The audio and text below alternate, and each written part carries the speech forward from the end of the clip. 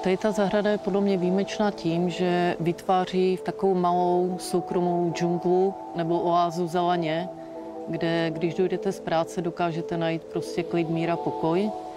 A díky tomu, že tady je hodně otevřená poloha, hodně fouká, hodně je prašnost, hodně hluku, tak je koncipovaná tak, aby se trošku tlumily tyto věci a rozděluje se pomocí příček jak z rostlin, tak ze zástěn třeba dřevěných na menší vyhrazené vlastně části, takové zahradní místnosti.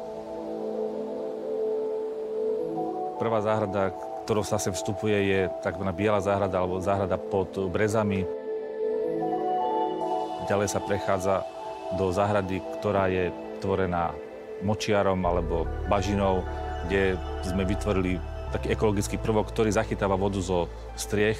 Na druhej strane láka hodne veľa hmyzu, živočístva, čiže tam vznikol veľmi živý ekologický bod.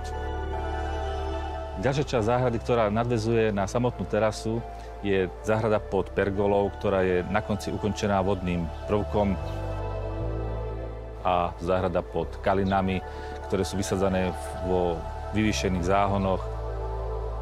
Tie záhrady delíme častokrát rôznymi živými plotmi alebo nejakými zástenami, aby ste vedela do tej záhrady ísť, niekam sa posadiť, kde vás nikto nenájde. Nemám rád také záhrady, že tú záhradu dokážete z jedného miesta celú vidieť. Musí mať proste nejaké prerušenie, musí mať v sebe takéto tajomstvo. Já osobně oceňuji sekvenci těch prostorů, že oni do sebe takhle jako se zasouvají, že? Ale ta sekvence se před váma odvíjí, že? Takže ona, ta zahrada, se snaží vykládat příběh. Takový, a to si myslím, že je docela důležité, protože i když je tam spojení toho vegetací, tak přece jenom každý ten kout má trošku jiný charakter a jinou atmosféru.